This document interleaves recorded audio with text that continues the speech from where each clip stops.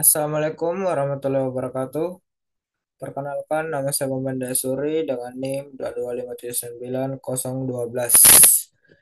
Di sini saya akan menjelaskan tugas 3 digitalisasi keuangan dan perdagangan internasional.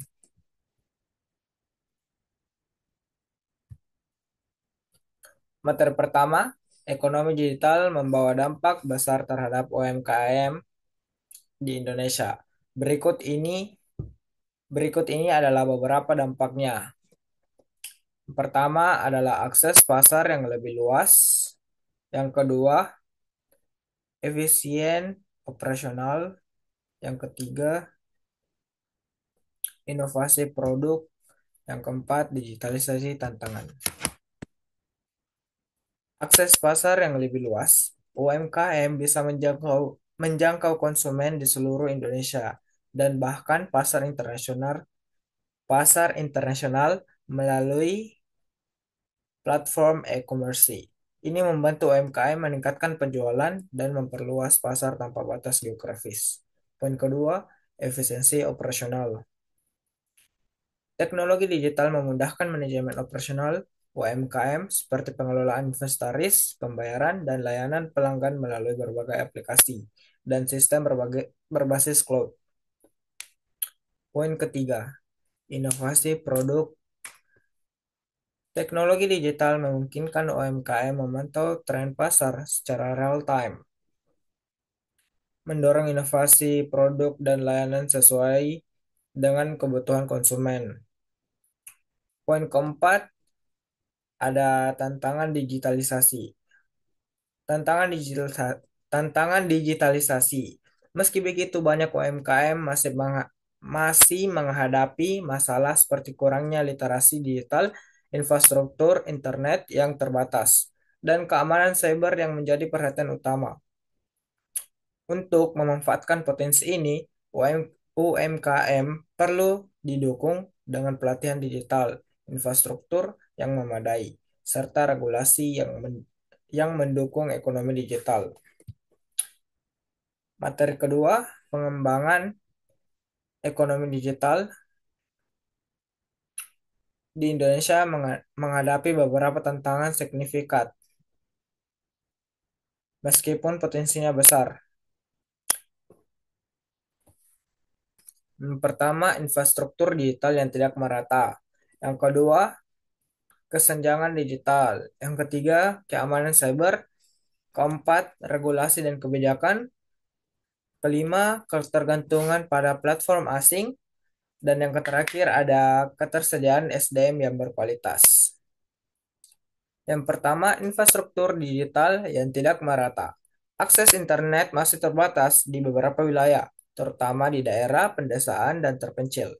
Ini membatasi partisipasi masyarakat dan UMKM di luar kota besar dalam ekonomi digital. Poin kedua, kesenjangan digital. Kesenjangan digital. Tidak semua masyarakat memiliki literasi digital yang memadai.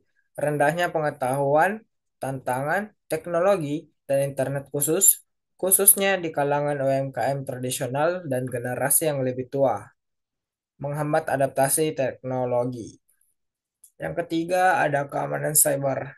Keamanan cyber. Ancaman keamanan cyber seperti pencurian data, penipuan online, dan serangan cyber menjadi kekhawatiran utama. Kurangnya kesadaran dan infrastruktur keamanan yang memadai meningkatkan risiko bagi bisnis dan pengguna.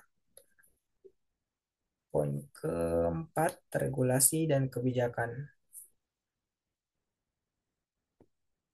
Regulasi dan kebijakan. Regulasi yang belum sepenuhnya mendukung ekonomi digital seringkali menjadi penghambat seperti peraturan perpajakan, perlindungan data, dan izin usaha online yang kadang kurang jelas atau tumpang tindih. Ketergantungan pada platform asing. Poin ke-5.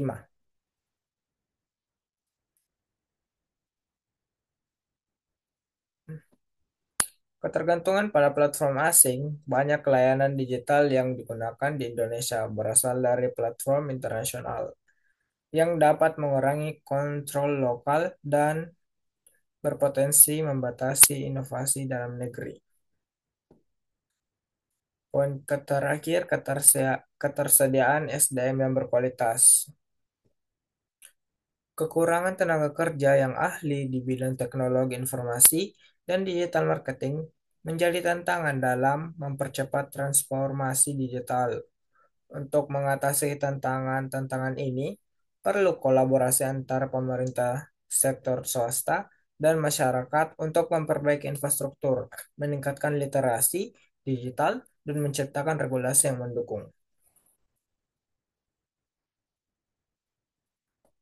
Materi ketiga, pemerintah memiliki peran penting dalam mendorong perkembangan ekonomi digital di Indonesia melalui berbagai kebijakan insentif. Poin pertama, pembangunan infrastruktur digital. Yang kedua, regulasi kebijakan pendukung. Yang ketiga, peningkatan literasi digital. Yang keempat, dukungan bagi UMKM. Yang kelima, ada kolaborasi dan sektor swasta. Yang keenam, keamanan cyber.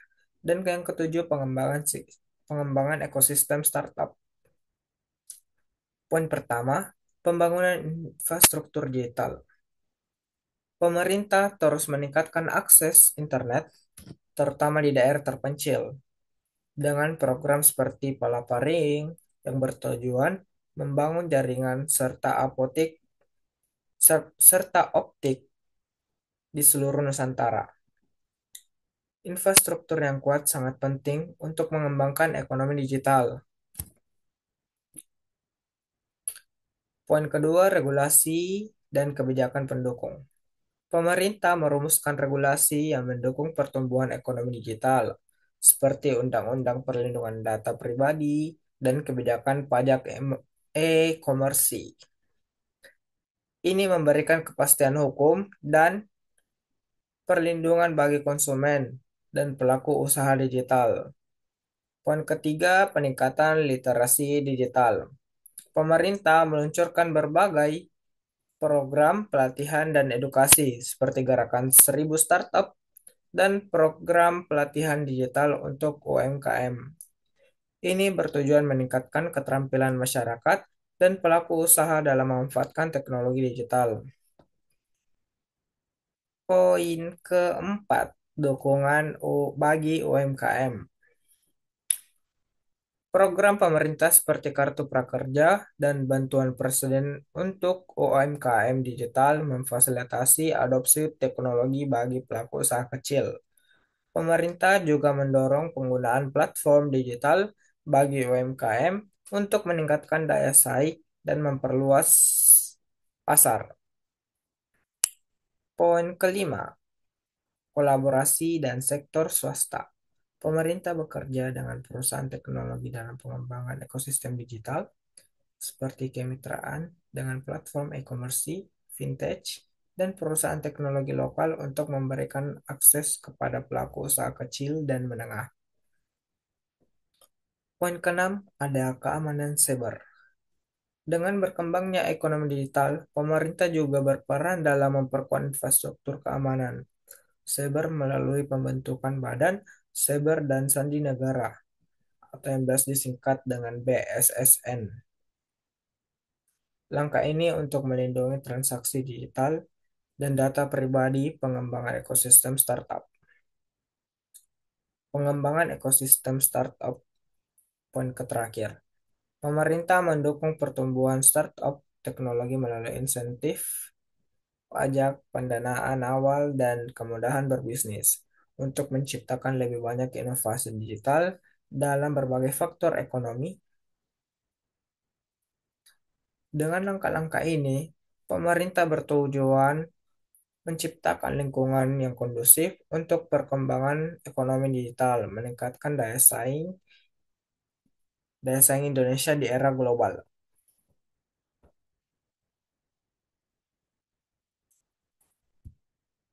Materi yang terakhir, beberapa teknologi terbaru yang mendukung pertumbuhan ekonomi digital di Indonesia dan global. global meliputi. Poin pertama ada kecerdasan buatan atau AI. Kedua ada Internet of Things. Yang ketiga ada 5G. Yang keempat blockchain. Kelima cloud computing. Keenam augmented reality dan virtual reality. Dan yang keenam ada big data analytics, dan yang terakhir vintage dan digital payment.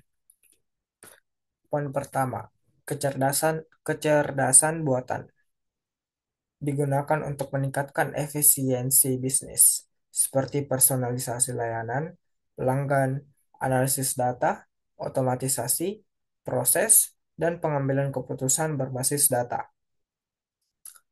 AI juga mendukung perkembangan sektor e-commerce, vintage, dan logistik. Poin poin kedua ada Internet of Things atau yang biasa disingkat IoT.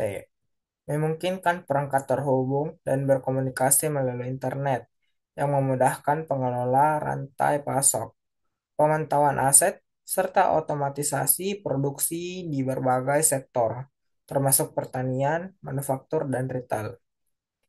Poin ketiga ada 5G. Teknologi 5G menawarkan kecepatan internet yang jauh lebih tinggi dan latensi rendah, yang mendukung aplikasi berbasis data besar dan real-time, seperti kendaraan otonom, smart cities, dan layanan berbasis AR dan VR.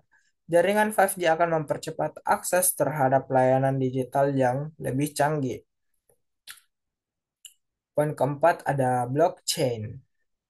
Teknologi blockchain mendukung ekonomi digital dengan menawarkan keamanan dan transparansi, terutama dalam transaksi keuangan, kontrak pintar atau yang biasa disebut smart contracts, serta pelacakan rantai pasok. Teknologi ini juga membantu di sektor vintage dan logistik. Poin kelima, cloud computing. Layanan komputasi awan memungkinkan bisnis, terutama UMKM, mengakses infrastruktur IT canggih tanpa investasi besar. Ini mendukung skalabilitas bisnis, penyimpanan data, dan pengolahan data secara efisien. Poin yang keenam, augmented reality dan virtual reality. Teknologi AR dan VR semakin berkembang dalam e-commerce, pendidikan, dan hiburan, memberikan pengalaman interaktif dan imersif bagi pengguna. Di e-commerce misalnya, pelanggan bisa mencoba produk secara virtual sebelum membeli. Poin yang ketujuh ada Big Data Analytics. Analisis data besar membantu perusahaan memahami tren pasar, perilaku konsumen, dan kebutuhan bisnis dengan lebih akurat. Ini memberikan wewenang penting untuk pengambilan keputusan yang lebih baik dan strategi pemasaran yang lebih tepat sasaran. Vintage dan digital payment. Poin keenam ada vintage dan digital payment. Inovasi vintage seperti dompet digital, layanan pinjaman peer-to-peer, dan pembayaran berbasis QR code memungkinkan inklusi keuangan yang lebih luas. Teknologi ini mendukung transaksi cepat dan aman, terutama di sektor e-commerce dan UMKM. Teknologi ini menjadi pilar utama yang mendorong ekonomi digital, mempercepat transformasi digital di berbagai sektor, serta meningkatkan efisiensi dan aksesibilitas. Itulah materi yang dapat saya sampaikan. Saya Bambang Desuri, wabillahi taufiq wal hidayah. Wassalamualaikum warahmatullahi wabarakatuh.